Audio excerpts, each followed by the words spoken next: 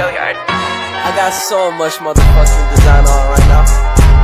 Break it down, bring it back, make it clap. I got 3 old thoughts, new block, where that day. Bitches on my line, and you know.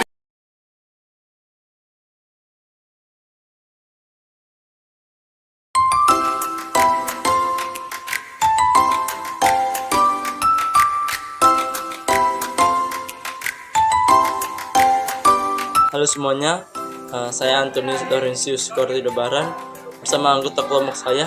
Mari dari kelompok 3 akan menjelaskan sedikit mengenai pencemaran tanah. Hal-hal yang akan dibahas di video ini yaitu pertama, pengertian dari pencemaran tanah, jenis-jenis dari pencemaran tanah, penyebab terjadinya pencemaran tanah, dampak pencemaran tanah, contoh pencemaran tanah, dan juga solusi untuk mengatasi pencemaran tanah sendiri. Yang pertama, pengertian dari pencemaran tanah. Pencemaran tanah sendiri adalah masuknya limbah industri buatan manusia ke dalam tanah yang membuat keadaan tanah yang awalnya alami menjadi rusak. Berikut saya akan menjelaskan tentang jenis-jenis pencemaran tanah. Jenis pencemaran tanah yang pertama adalah pencemaran yang disebabkan oleh limbah domestik. Pencemaran ini disebabkan oleh aktivitas harian manusia dalam kegiatan rumah tangganya. Berbagai aktivitas manusia menghasilkan limbah domestik seperti sektor perdagangan industri, bahkan pariwisata sekalipun. Contoh limbah domestik antara lain seperti plastik, kertas, serta sisa deterjen. Kedua adalah limbah pertanian. Tanpa kita sadari bahwa kegiatan yang melibatkan aktivitas pertanian juga dapat menyebabkan adanya pencemaran tanah. Pertanian ini menghasilkan banyak sekali limbah yang berbahaya. Zat berbahaya yang dihasilkan oleh kegiatan pertanian adalah pupuk kimia dan juga zat pengusir hama yaitu pestisida.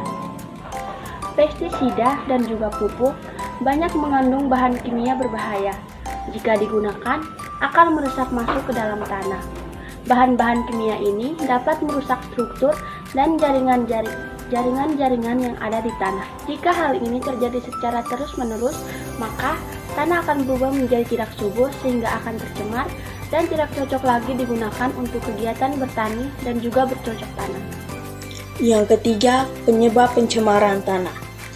Pencemaran tanah disebabkan oleh kebakaran hutan, bencana alam, limbah industri, limbah rumah tangga, limbah pertanian, dan limbah pertambangan. Baik, atas kesempatannya, di sini saya akan menjelaskan pencemaran tanah bagi kesehatan. Dampak bagi kesehatan. Pada kesehatan, dampak pencemaran tanah bergantung pada tipe polutan, jalur masuk ke dalam tubuh, dan kerentan polusi populasi yang terkena. Berikut contoh pencemaran tanah. 1. Sampah. 2. Penggunaan pestisida. 3. Kebocoran bahan kimia. 4. Limbah buangan pabrik. 5. Limbah rumah tangga. 6. Polutan radioaktif. Yang berikut saya akan menjelaskan solusi untuk mengatasi pencemaran tanah.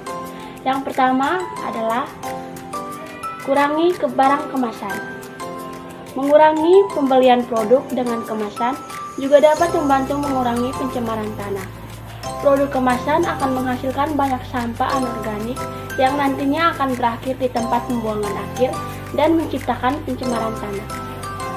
Yang kedua, berhenti membuang sampah di tanah. Demi menciptakan tanah yang baik dan tidak tercemar, kita harus membiasakan diri untuk membuang sampah pada tempatnya. Buanglah sampah di tempatnya dan pisahkan berdasarkan jenisnya. Yang ketiga, menghindari aktivitas pertanian secara berlebihan. Pertanian merupakan hal yang biasa dan boleh dilakukan, tetapi tidak boleh terlalu berlebihan.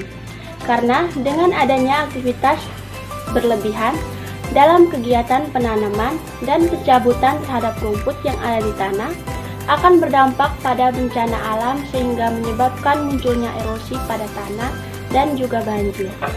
Selain itu, kita harus mengurangi penggunaan pupuk kimia berbahaya dan pestisida yang biasanya digunakan untuk mengusir hama. Hal ini dikarenakan kedua zat ini merupakan salah satu penyumbang terbesar terjadi. Demikian, hanya itu saja penjelasan dari kami. Semoga video ini dapat bermanfaat untuk kita semua. Sekian dan terima kasih.